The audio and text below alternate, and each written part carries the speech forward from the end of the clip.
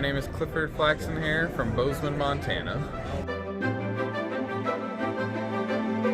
So I have certain factions that I believe are innately stronger, but I do think you need to figure out which factions are just very low percent winners. I think Lantids and Gleans are extremely difficult to win with, and once you narrow that down a little bit and you're in some more competitive factions, you have a better chance to win right out of the gate.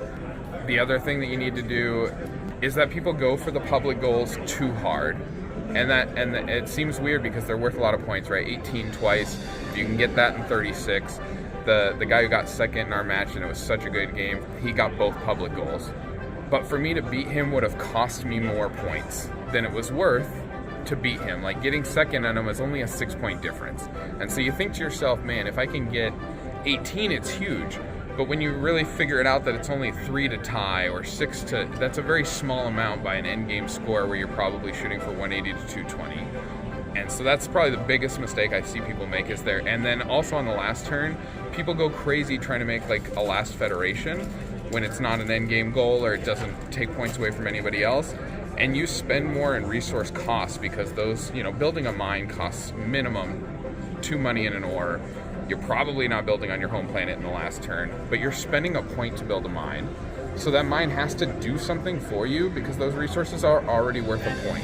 Like, so if you don't get a point out of the mine, you have to think about what you're doing. And a lot of players have a lot of resources at the end because you ramp up your production and they're like, well, I don't know what to do with this.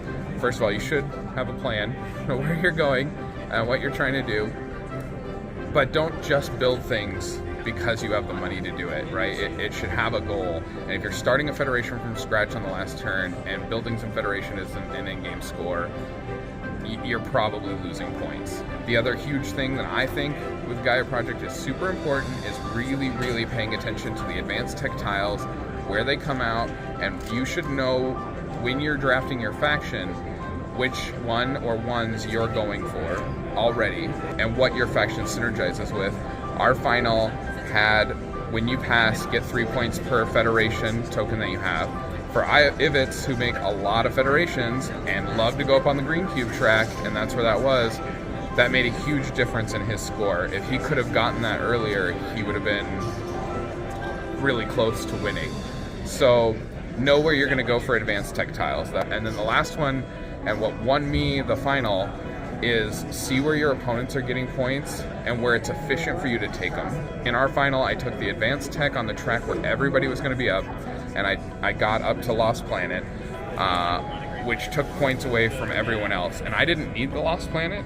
It wasn't helpful for me, but it's worth 4 more points to go up that extra track, and it took 4 points away, so it's an 8-point swing.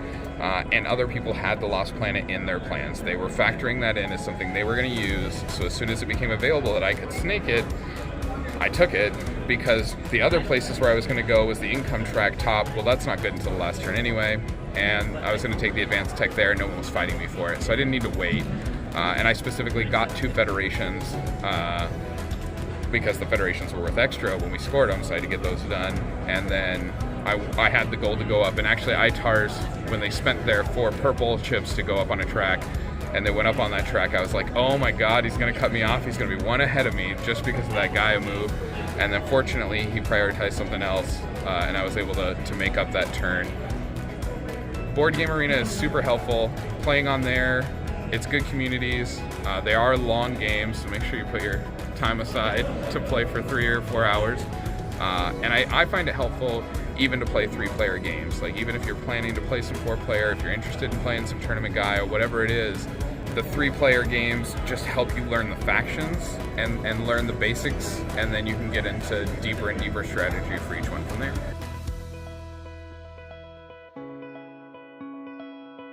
I actually played Taclons, the Brown Power Stone faction, in all 3 rounds.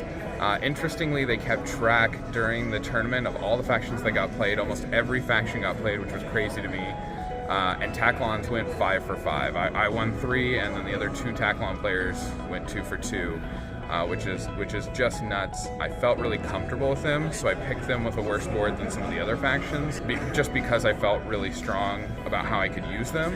And that was probably a mistake in hindsight, if I'm honest about it, because the other players were really good at the final. No one charged me. Like, I had to go way out of my way to get any charging on that dang Power Stone, and they were really good about cutting me out wherever they could on that. In our rankings before we came, we actually had Ivets as the #1 faction, which seems to not line up with what a lot of the players feel. Public goals in the final game said that from seat 1, I shouldn't pick Ivets because it's really hard for them to get satellites. And it's really hard for them to compete with some of the other factions, even on buildings, since they're all in one area. So, and our Ivets guy actually got 14 satellites, which has to be some kind of record. That's ridiculous. Because that's eight green cubes that he spends, because they don't make them the base way. But yeah, we valued Ivets as the strongest faction because they're so versatile. They can just do so much. But I certainly have Taclons really high as well.